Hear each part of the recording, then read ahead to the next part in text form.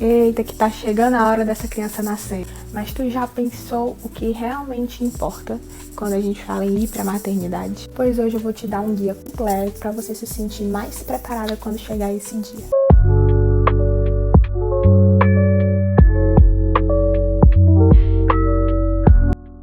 A tua mala de maternidade. Quando eu vou viajar ou quando eu vou fazer qualquer coisa, todo mundo sabe que eu moro dentro de uma bolsa praticamente, eu começo a pensar o que é que eu vou fazer naquele lugar.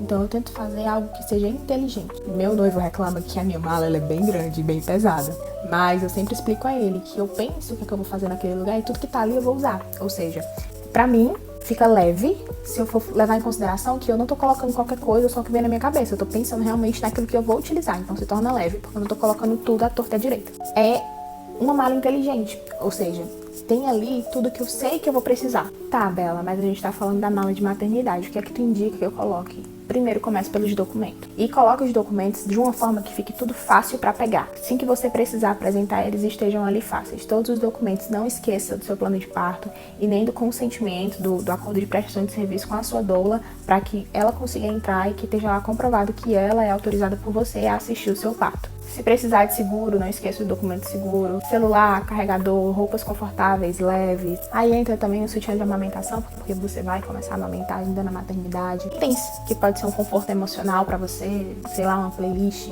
que você tenha montado, um óleo ou um creme neutro para massagem, não sei, coisas que você acha que vai te ajudar. Importante falar que quando eu falo documento, eu coloco aí RG, aí eu, Isabela, por precaução eu colocaria sempre original e cópia. Aí entra RG, acordo de prestação de serviço com a doula, plano de parto, cartão de convênio, possíveis contatos de emergência, tudo que vai facilitar, que esteja tudo ali à mão. Aí agora a gente vai para pontos mais abstratos para se preparar para ir à maternidade. Um deles é se movimentar. Se manter ativa na gestação, ainda na gestação, é extremamente importante. Aí aqui a gente leva em consideração para você fazer caminhadas, agachamento, treinar a sua respiração. A gente já tem inúmeros estudos que comprovam que uma grávida ativa tem mais chances de reduzir o tempo de trabalho de parto. E aqui a gente fala também da importância da massagem perineal, que tem que ser acompanhada por um fisioterapeuta. Você tem que, assim, a massagem perineal ela pode ser feita por um profissional ou por uma pessoa que pode estar ali te ajudando. Mas é interessante que antes de você fazer por conta própria em casa, você tenha um acompanhamento com o fisioterapeuta que vai te explicar exatamente como fazer essa massagem perineal, que vai te ajudar a prevenir laceração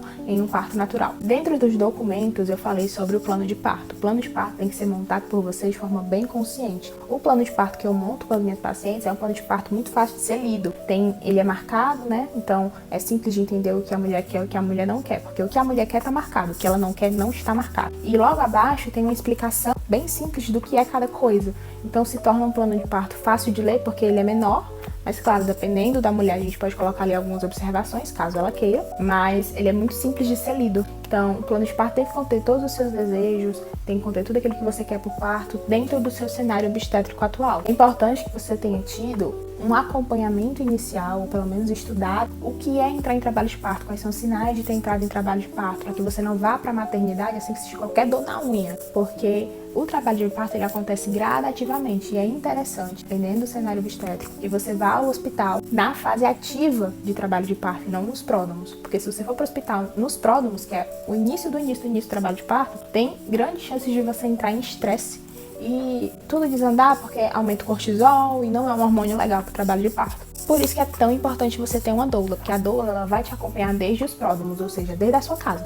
Você tá em casa, começou a entrar nos pródromos, você avisa a sua doula, a doula vai lá lhe atender e vai lhe acompanhar até que o neném nasça, até 1 hora depois do expulsivo, até 1 hora depois do nascimento do bebê, do nascimento da placenta, etc. E esse apoio contínuo tem inúmeros benefícios para a gestante, que eu já disse várias vezes aqui, que é a questão de diminuir o risco de uma cesárea desnecessária, de uma intervenção médica desnecessária. A mulher ela tem as chances de ter um trabalho de parto mais tranquilo, porque tem um apoio contínuo ali de uma mulher que já passou, já estudou sobre aquilo, já entendeu sobre o que está acontecendo, já acompanhou outras mulheres, etc. E uma coisa muito importante que a gente precisa conversar é porque entrou agora uma febre do parto a jato, né? Muita gente prometendo ajudar mulheres a terem um parto a jato como se o tempo de parto fosse um troféu. E não é uma maratona, não se trata de uma maratona. Não é porque você pariu primeiro ou depois do tempo de parto que é uma mulher, que você errou em alguma coisa, não. Cada corpo é um corpo, cada parto é um parto, cada mulher tem sua história, tem seu processo. Então a gente tem que respeitar o tempo de parto de cada mulher e tem uma assistência necessária, dependendo do cenário obstétrico. Eu falo muito sobre cenário obstétrico, né? O que é o bendito cenário obstétrico? As condições de saúde da mãe, do bebê, as condições em que a mulher se encontra ali em trabalho de parto, onde ela tá parindo, como ela tá parindo, qual é a equipe que tá acompanhando, se ela tem dor ou não tem dor, tudo isso compõe o cenário obstétrico. Isso aqui é um guia super prático, básico, mas direto, né? Que se você tiver isso aqui, você já tem muita coisa, muito mais do que muita mulher. E não é no sentido de ser melhor, ter um trabalho de parto melhor do que fulano ou ciclana, mas ter o seu melhor trabalho de parto. E isso aqui que eu tô falando é que faz também muita diferença. É nesse sentido que eu tô falando. Se você quiser saber como que eu ofereço o meu serviço, acesse o meu site. Lê a descrição aqui do vídeo que você vai saber onde me encontrar.